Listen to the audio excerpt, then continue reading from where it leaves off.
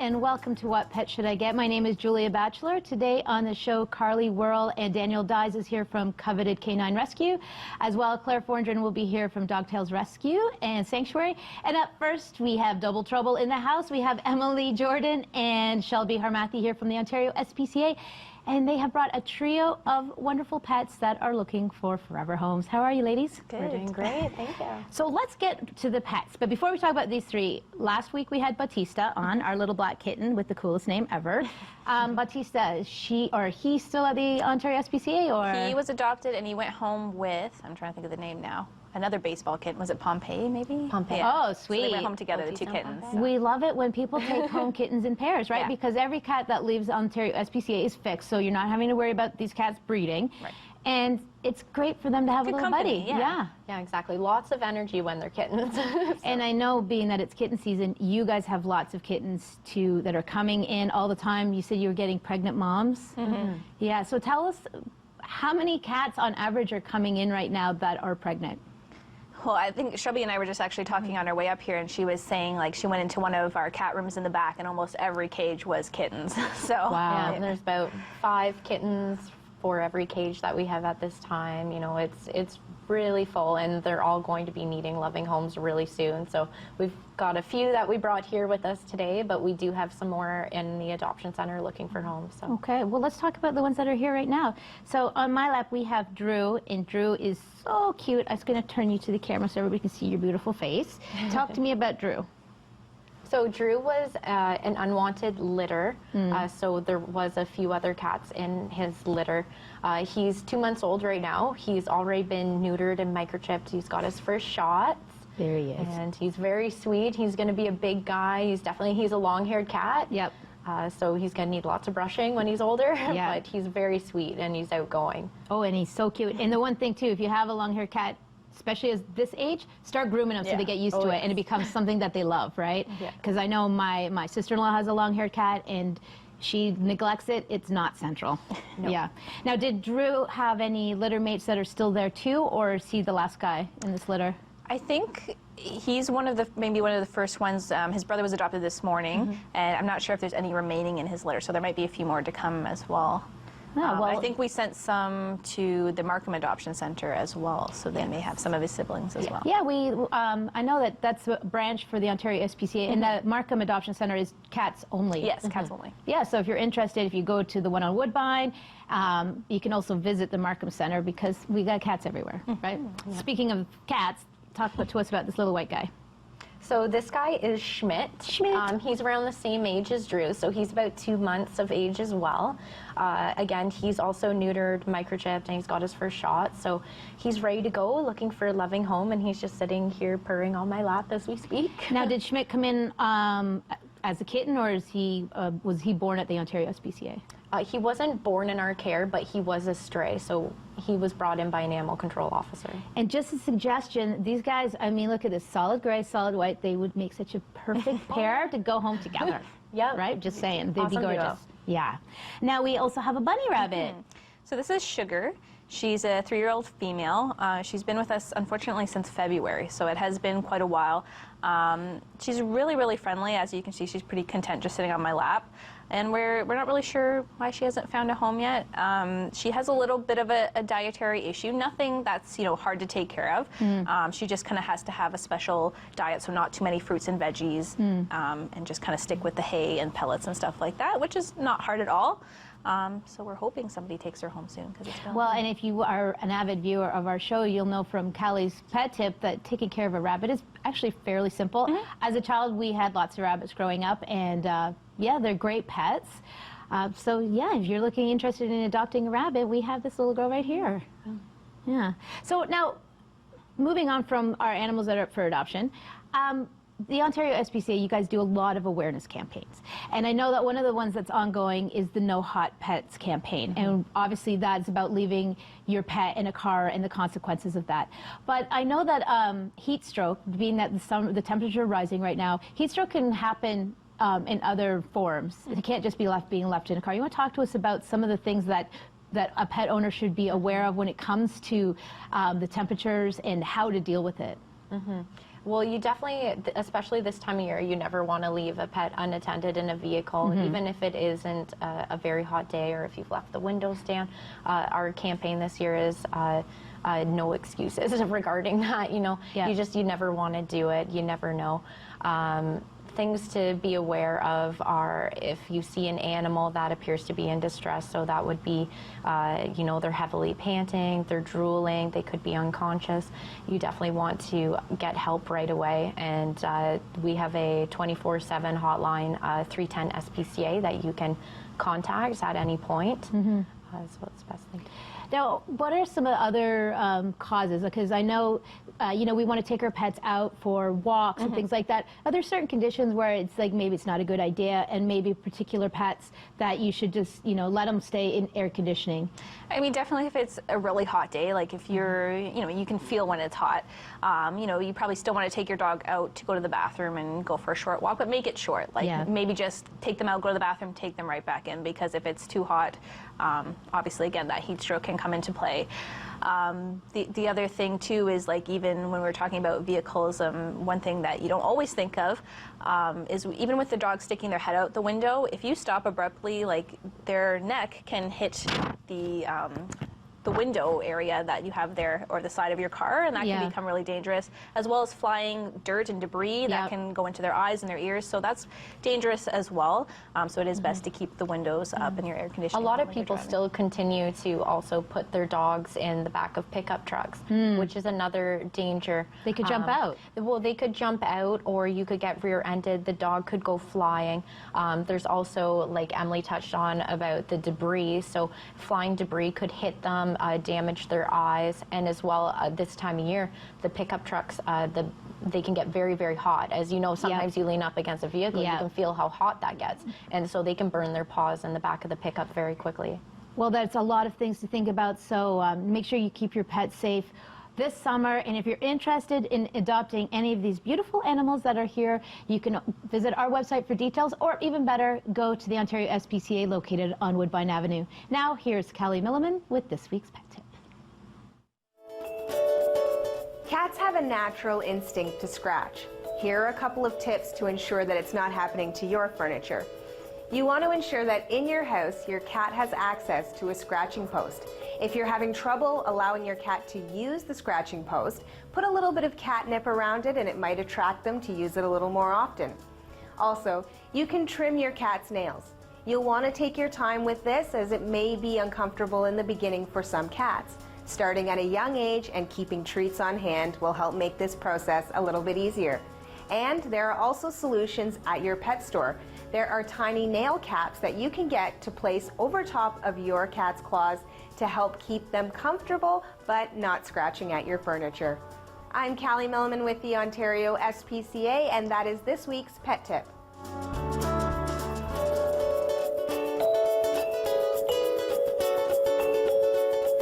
Welcome back. Joining me now is Claire Forndren from Dogtails Rescue and Sanctuary, and she has brought Donna.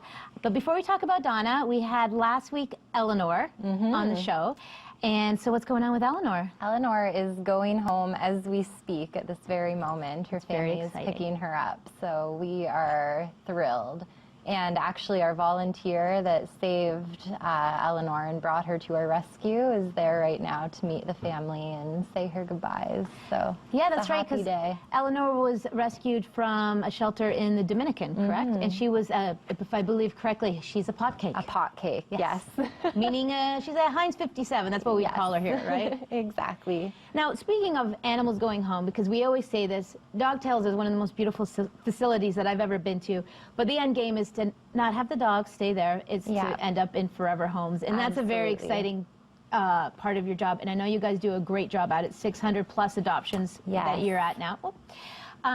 You did a campaign recently. So I know when they leave, I mean, it feels like the story's over, but it's not. No, so it's just the beginning. Yeah, talk to us about this campaign that you're doing, the Home Is campaign. Absolutely. So all 600 of our adoptive families, we stay in close contact with. We consider everyone to be an extended Dogtails family, and these families are always sending us the sweetest photos of their dogs in their new lives.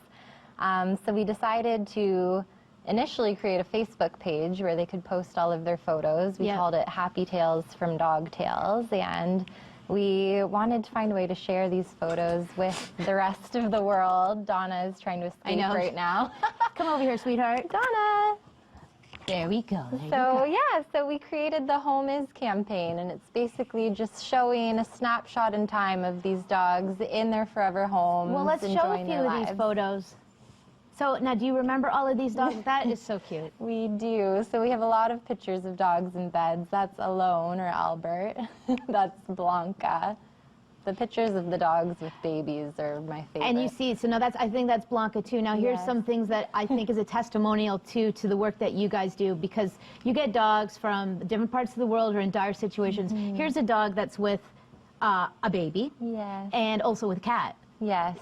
Amazing temperament, obviously a dog, very trustworthy, a great dog to be around. Yes. You know, our most precious cargo, our children, right? Absolutely. And then this little guy here, what's that sign say? My parents are getting me a human. So one of our volunteers actually adopted Logan here, and she is now expecting. So she used him to make her pregnancy announcement, which was very sweet. And that's then we great. have our lion there. That's not a dog, that's a lion Yep. that we adopted out. Yeah. And more bed photos. Yeah. Now I don't have a dog. I have cats. So, but I do understand when you have pets, your bed is not your own anymore. No, Yeah. absolutely not. Well, it's so exciting to be able to see these photos. And do you feel that when people see this too, that are probably interested? I don't think that's a chair. Do you think people are more apt then when they see this and they get a sense of like, here's how the dog is fitting into these people's lives? That they're more apt to Absolutely. go and get a rescue dog as opposed to, oh, I need to get a dog that's from a breeder or, you know, that's a puppy. Absolutely. I think for some people it's hard to picture how a rescue dog can transition into their life. And all of these little moments that you're seeing in the photos are the moments that dog owners often take for granted. I mean, they seem so simple, the dog sleeping in the bed, but that's Yeah. part of life with a dog. And any dog can have that experience with a family, and that's what we want to showcase. So. Well, and I know that part of the work that you do because you have an extensive staff that help train, and you're always adapting dogs to ensure that when they leave Dog Tales, that they are ready to be snuggling with babies and hanging out with kitties, and well, if their Exactly. temperament allows for kitties, because we Yes. can't guarantee that your dog's yeah, going to love not a cat or every vice dog versa. is going to get along with a cat, yeah. Well, speaking of dogs, tell us about Donna. So Donna is another one of our Israeli dogs. She came to Dog Tales in January. Donna, Hey, you gotta honey, show your face. Yes, come over there. Show your face, Donna. So when Donna first arrived, she was the dog that everyone wanted. We had so many people interested in her, but when our dogs first arrive, we do a few weeks of a holding period before they're available for adoption, so that we can make sure that they're healthy and assess their behavior. And by the time Donna was ready to be adopted, all of a sudden all of these families Sort of kind dropped off. disappeared. But she's a very healthy girl. She's, we think, about 4 years old. She's wonderful with people. She's very playful. She's a very active dog. Yeah, she's a curious dog. She's Yes. been exploring this set quite a bit. This is the best day of her Our life. camera guys are like, please just sit still so I can get a shot of your face, okay? She's making them work today. And she's a unique looking dog, so she's an She American Bulldog Hound mix. Yeah, and that's a guess. I mean, Yeah. she's a very interesting looking dog because she has kind of the Stocky. American Bulldog stockiness, but like almost like a little corgi-ish body, and then the cattle dog markings, so we aren't really sure. Well, those are all actually pretty intelligent breeds too, Yes, right? So is she like considered her to be a really smart dog? I would call her a smart dog. Yeah? Yeah, absolutely. All right. Absolutely. And so I imagine then she will be good with like families with children, obviously other dogs. Again, we never know about cats, but being with other dogs is usually a given for these guys because they pretty much their whole life has been spent surrounded by other dogs, right? Surrounded by other dogs, yeah. So she is amazing in playgroup. She plays really well. We would not put her with like a senior dog that needs some relaxation because that's She's not energetic. what she's like. Yeah. Okay. And I wouldn't put her with really young children, again, just because she has so much energy and she can definitely knock people over.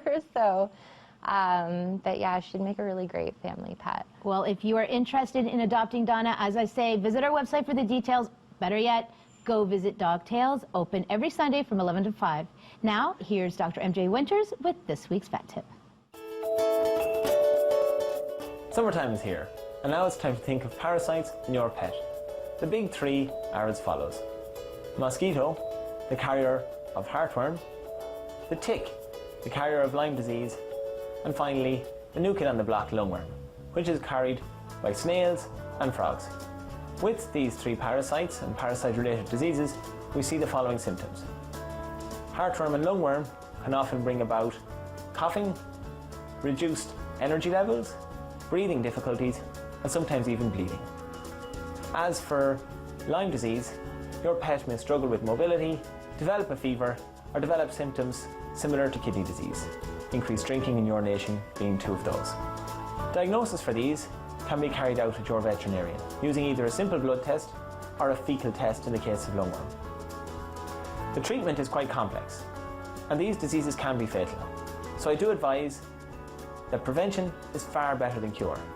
Prevention can be found in either a topical or an oral preparation that's readily available from your veterinarian, so contact them for further information on this matter. And finally, if you are worried about these parasites in your area, contact your veterinarian and they'll tell you about the prevalence there. I'm Dr. MJ Winters from the 404 Emergency and Referral, and that's this week's Vet Tip.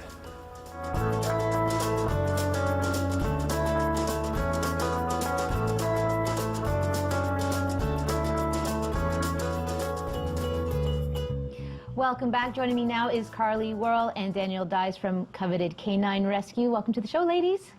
Hi. So now people may recognize Carly from Dire Wolves, but you're here with a brand new organization. Talk to us about Coveted Canine Rescue. We are a new organization that was formulated on May 28th. So really new. Yeah, and we decided to make our focus on dog rescue, saving animals from... You're good at it. High kill shelters, the Yep. same, but we are going to be implementing a lot of educational programs within the community and communities abroad. That's great. Now, you said you rescue dogs from high kill shelters. You're traveling through the United States mostly. Is that correct? And Mexico. And Mexico? Yeah. And so what are the shelters that you deal with regularly? So, like, we work with the Cozumel Humane Society. Okay. In Cozumel, Mexico. Yep. PAR in Playa del Carmen Yeah. in Mexico. And then we pull out of Bark in Houston. We work with a shelter in Arkansas called A&B Animal Rescue. You guys travel quite extensively. Yes, we're going to Georgia this weekend. Yeah. To the Etowah Humane Society. You're going? That's your job? Nope. Oh, okay. No, I'm putting fosters together for Yes. it. Well, how many dogs do you have in foster right now? Right now, we probably have about 12, and then we have about Yeah. 16 coming in this week. Yeah. Of dogs. We have 10 this weekend alone coming in. Because I know with Coveted Canine, you really rely on a foster network Yes. to ensure that you can bring these dogs from these high kill shelters and find them forever homes here in Ontario, right? Yes. Now, what's your reach then? Because you travel extensively to get the dogs. How far out do you like to adopt? We're GTA based right now simply because we have a smaller volunteer base. So we don't have a lot of drivers that are willing to do the home visits that are necessary outside of the GTA. So often we'll make some exceptions for our harder to place dogs, but we're focused primarily in the Toronto area.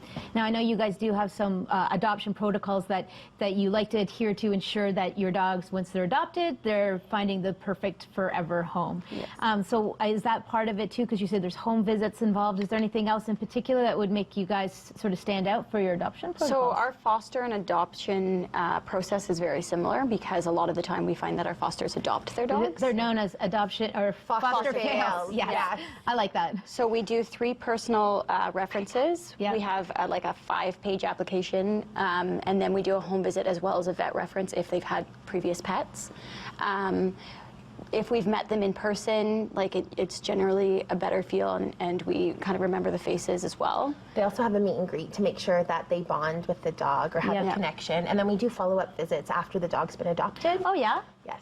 Just to make sure that they're adapting well. And yeah, may I ask, have you ever had somebody change their mind about a dog, or have you had a really good success rate? Yeah, he got given back to us recently, Carlos. But we'll find him a great new forever home. It had nothing to do with him. It had to do with circumstances within the family. So Yeah. Well, I find too, even people's, their hearts are in the right place and they really, really want a pet. And then once they get a pet, they realize that, you know, they're a lot of work. And I know our viewers out there, they're animal lovers and they're pet lovers, and they know. We don't want anybody coming in thinking that adopting an animal is, it's not something you do on a whim. Obviously, why you're so serious about the protocols you have in place for adoption, right? But I know it does happen. But let's talk about these dogs because we have 4 on set. Who's on camera right now? I do believe that's Carlos. Carlos. Carlos. Hi, Carlos. Is Carlos from Mexico? Actually, he's from Houston. Yeah. No, San Antonio. He's from San Antonio, Texas. Now, I remember you said, in Texas, I believe you said all the dogs in rescue are Chihuahuas and Pit Bulls. Well, and I know we're not all. allowed to bring Pit Bulls here. Not all, but like 70%. Yeah. Yeah. So here's a problem, right? Chihuahuas, amazing dogs, but I guess they became a fad dog. Yes. Hence, that's why they're ending up in rescues. Exactly. Yeah, they're very loyal to people. Yes. And they're not like sometimes they're not overly dog friendly. And sometimes they're not kid friendly, depending on how strong a bond is with their owner. So Is that also, that could also be the way they're raised, because it doesn't mean necessarily if you get a Chihuahua, it's going to be, you know, fierce and severely protective of the one owner. If it's well adjusted in the family, it could still make a great family dog with children, right? He's What's an Carlos' story? amazing family dog. Well, he loves my kids. Yeah. But he does have a little bit of leash reactivity. So that means that when he's on a leash and he sees a big dog, He gets a little scared? Starts barking at them. Oh, okay. Oh, he's a little big dog, Yeah, is he? yeah. And I try to explain Small dog to him, syndrome. yeah, that he could be a snack. Yeah. He could be. He looks pretty regal sitting there on your lap right now. Oh, he's such a sweetheart.